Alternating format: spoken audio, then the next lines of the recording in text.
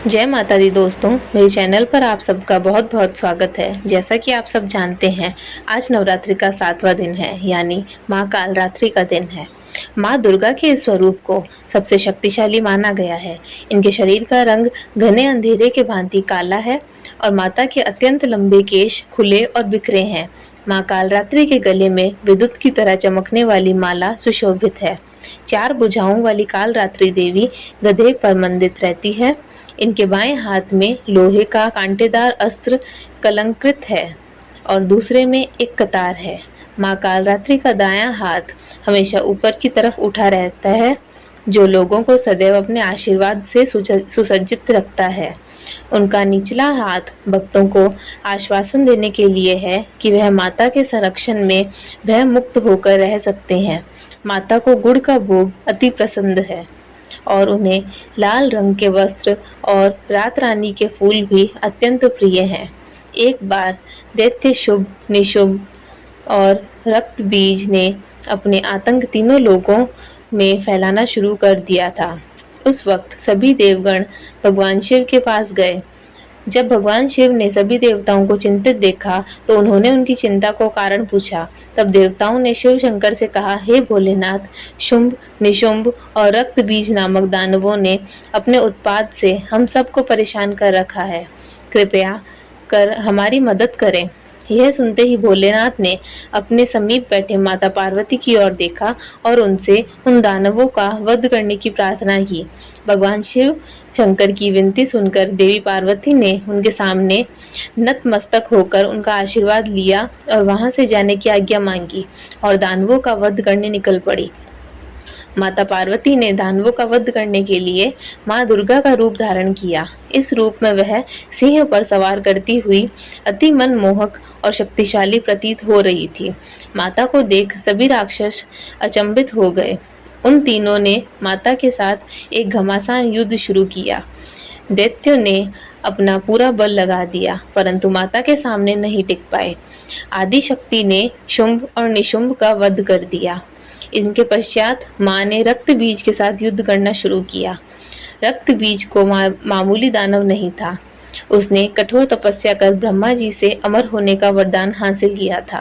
ब्रह्मा जी ने उसे यह वरदान दिया था कि जब भी उसे कोई मारने का प्रयत्न करेगा, तब उसके शरीर से निकली खून की बूंद जैसे ही धरती को स्पर्श करेगी, वैसे ही अनेक रक्त बीजों का जन्म होगा।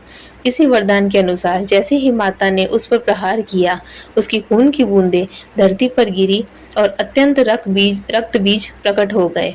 उसी क्षण माता ने कालरात्रि का रूप धारण किया। माँ दुर्गा के शरीर से एक ऊर्जा का संचार हुआ और माँ कालरात्रि का निर्माण हुआ।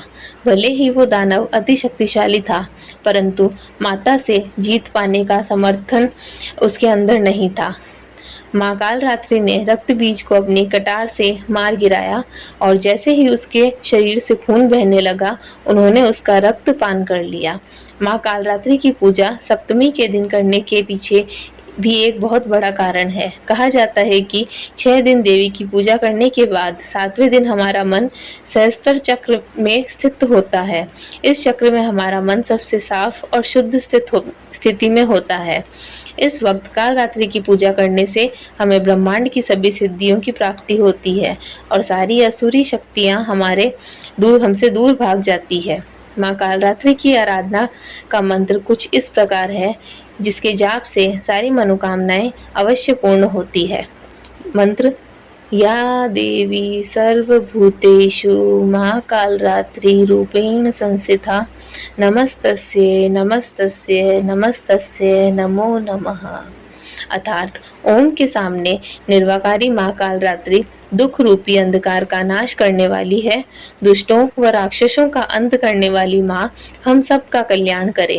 देवी दुर्गा का यह कालरात्रि स्वरूप शुभ फल देता है, इसलिए इन्हें माँ शुभकरी भी कहा जाता है। माँ कालरात्रि के ब्रह्मांड के सामने गोल नेत्र हैं। अपनी हर श्वास के साथ माँ की नासिका से अग्नि की ज्वाला निकलती है। अपने 4 हाथों में खंग, लोहे का अस्त्र, अभय मुद्रा और वर मुद्रा किए हुए माँ अपने वाहन गर्दभ पर सवार है। माँ दुर्गा का यह अति शक्तिशाली रूप हमें यह सिखाता है कि बुराई कितनी भी शक्तिशाली क्यों ना हो, परंतु उसे अच्छाई के आगे घुटने टेकने ही पड़ते हैं। जो इंसान सच्चे मन से माँ की पूजा करेगा, माँ किसी न किसी रूप में अवतरित होकर उनके जीवन से सभी बुराइयों का नाश कर देगी।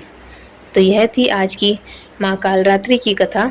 उम्मीद है आपको वीडियो पसंद आई होगी। वीडियो को लाइक करना ना भूलें, वीडियो के नीचे कमेंट करें और चैनल को सब्सक्राइब करें। जय माता दी।